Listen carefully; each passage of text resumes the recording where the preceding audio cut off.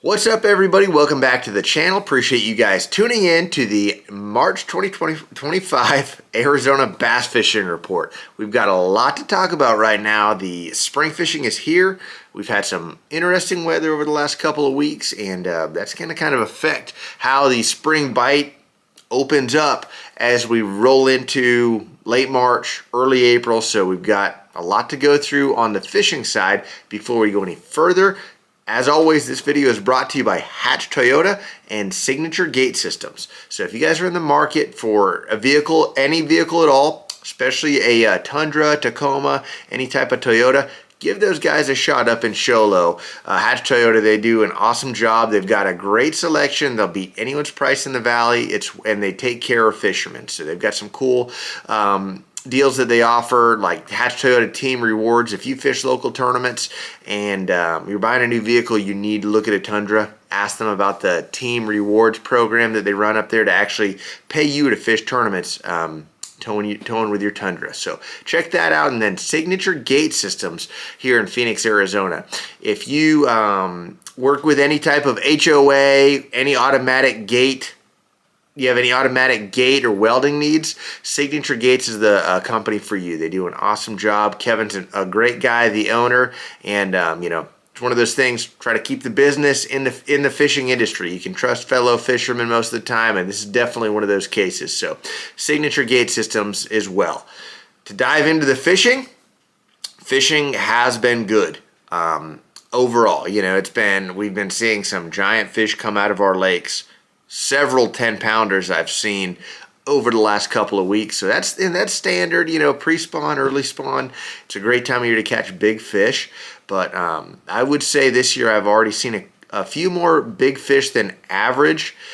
It's funny, I talk about weather a lot on these reports. And, as we come into the spawn, fishing changes really quickly. It changes really rapidly. The fish go from a winter pattern to a pre-spawn pattern, then they're spawning, then they're post-spawn, and they're not all spawning at once. So there's a lot going on, a lot moving, and it all centers around the weather. And the weather that you get in that late winter, early spring really dictates how early they're going to spawn. It dictates, how many you're going to spawn on that first wave and how many you're going to wait. And right now we got super close. Like things got really warm. We had a warm winter, especially late winter, and the fish got this close to coming up and spawning. That water temp was touching 60 degrees on a lot of our lakes, and it's crazy. We've had probably three major fronts that have hit and really delayed things. We are sitting here, it's March 18th today, and I think we're probably right where we were at 3 weeks ago before I went to my last tournament in South Carolina. So kind of interesting. I would say as we do this right now, there aren't very many bass spawning in Arizona. Are there some? Yeah. I'm sure someone in the comments is going to say, hey, I caught a bunch of bedfish yesterday. Well, that's cool. But as a whole, for the most part, most of the bass have not spawned yet. We're going to see a big wave coming up soon. In the 10-day forecast, things finally start to warm up. Hopefully today was the last kind of hard cold front that we're going to get. We're not ready for it to hit 100 degrees yet, but I'm ready for some stable, slightly warmer weather. Get this thing going, get the easier fishing going. We've seen these big fish. That doesn't mean fishing's been easy, right? It's been a pre-spawn pattern. Big fish show up this time of year. The numbers show up a little bit later in the spring. I have been out a couple times this week, and we've had okay fishing. Yesterday I was at Roosevelt. We caught 25 fish, which is a good day of fishing.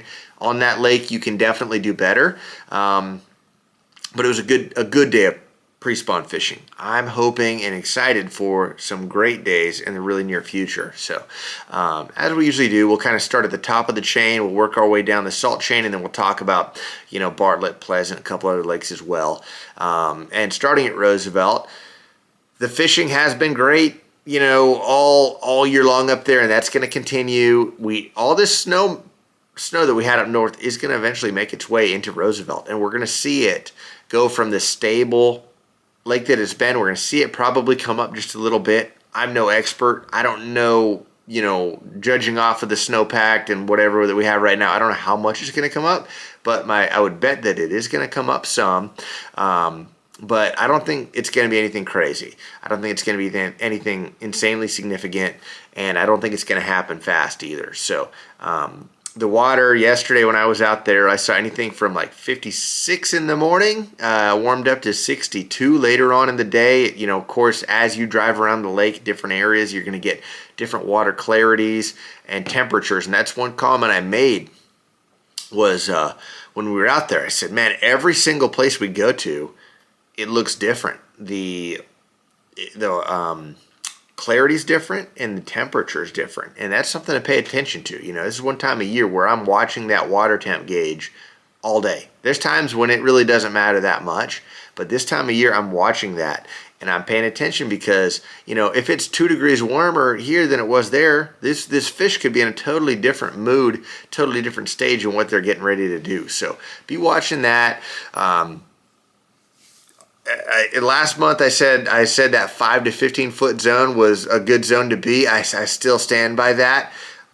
Soon they're going to be even more fish creeping up shallower, but on the early side of this pre-spawn, and then, you know, some of the first spawners, 5 to 15 is a great depth. The fish are close. And could you go catch a bass in 30 right now? Yeah, for sure. But just for kicks, I actually did yesterday. I went to one of my best spots. We were catching fish on a jig, and I went to one of my best places that's a little bit more offshore just to see what's hanging on out here in 20, 25, 30 feet. Didn't catch anything out there.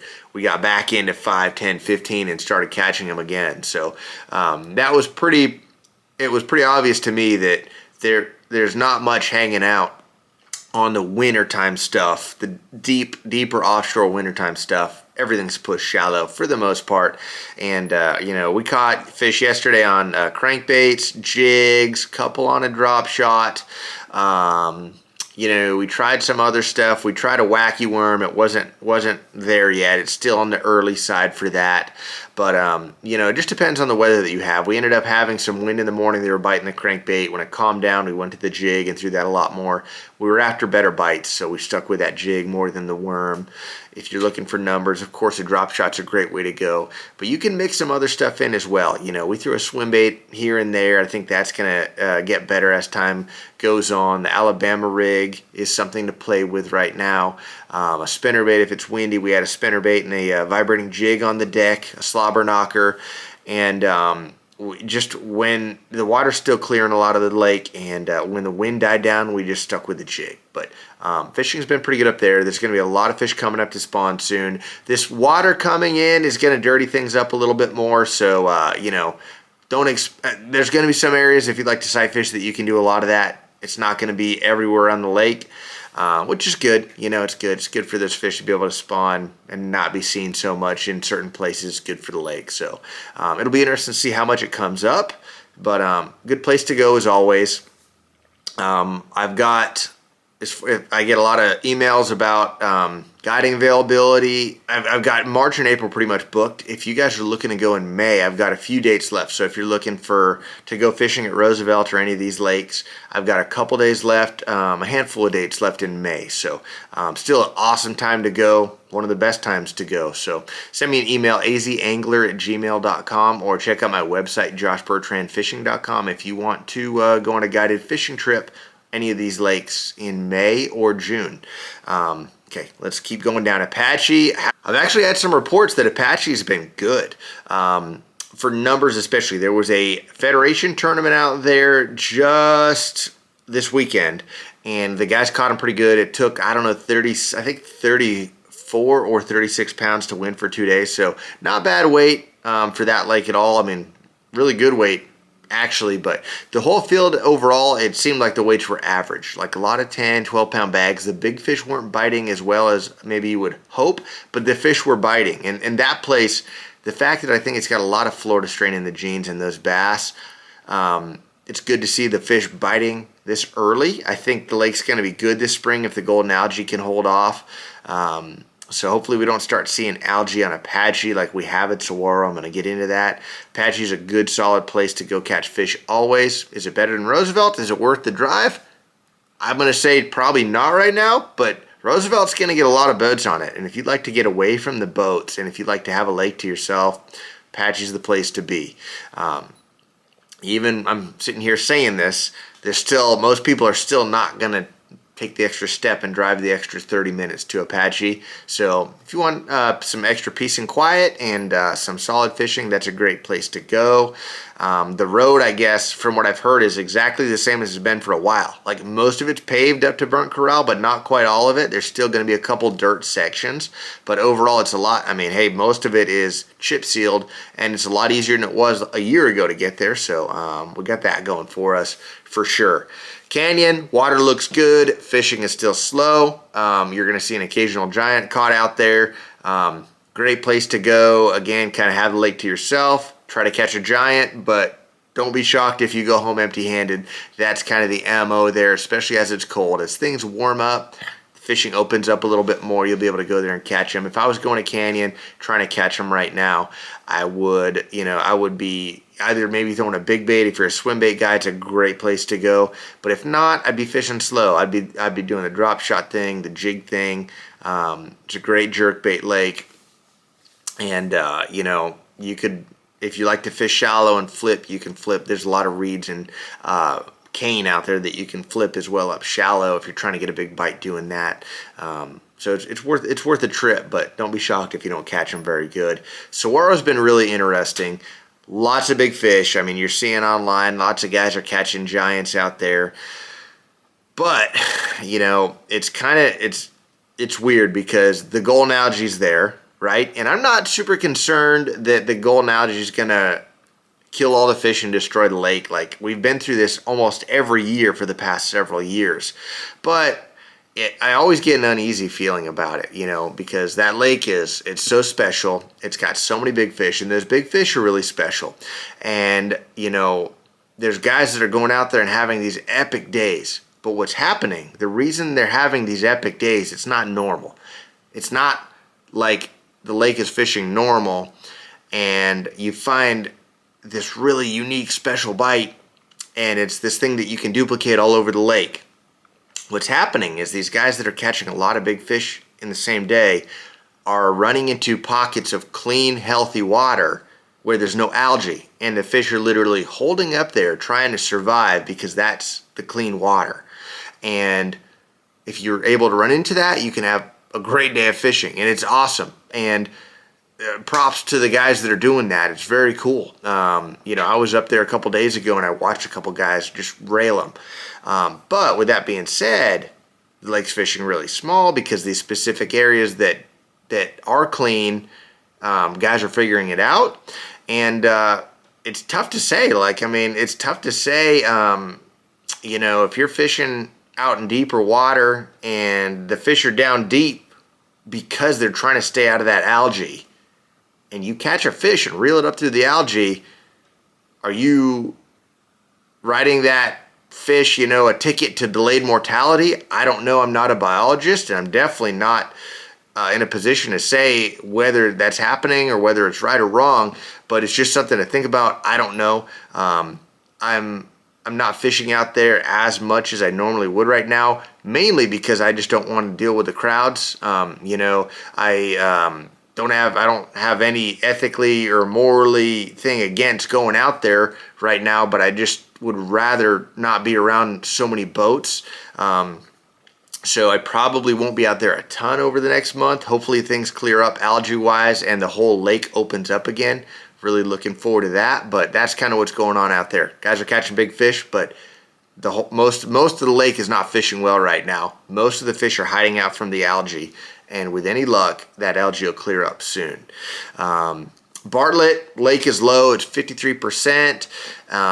Fishing's been decent, not great, not horrible. Guys are catching their numbers like usual, but it's just standard Bartlett. If you want to go out there, there's always some type of reaction bite going, but if you want to catch a lot, if you're trying to learn how to throw a jig, trying to learn how to throw a shaky head or a drop shot or something, it's a great place to go.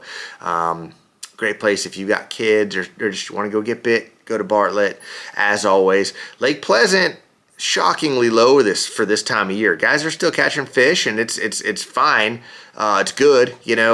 Fishing's normal for Pleasant, and it's a good lake. I love fishing there in the spring. It's just really low still. It's interesting. It's still 57% full. In the past, that thing would be pretty full by now. The water is obviously they're doing different stuff with the water levels than they used to out there. So different lake than it used to be.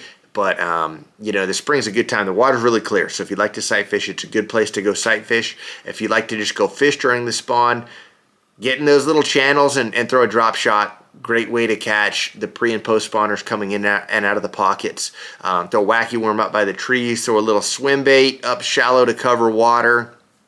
And this is when people want to go to Pleasant, people say, "Oh, Pleasant's so tough. I don't like Pleasant." Well, go during the spring when this is happening. I say go during the spring during the spawn, or go in the fall when the top water is good, and you can learn to love Lake Pleasant. So it would be if you're a West Sider, or if you're just looking for something different, Pleasant's a cool lake. I guide out there as well if anyone is interested in learning that lake better, or going fishing out there. So that's the rundown of the lakes, guys. Appreciate you guys tuning in. If you haven't subscribed to the channel, please do so, and drop a comment below. Let me know what you guys are catching fish on, and I'll talk to you guys soon. Thank you.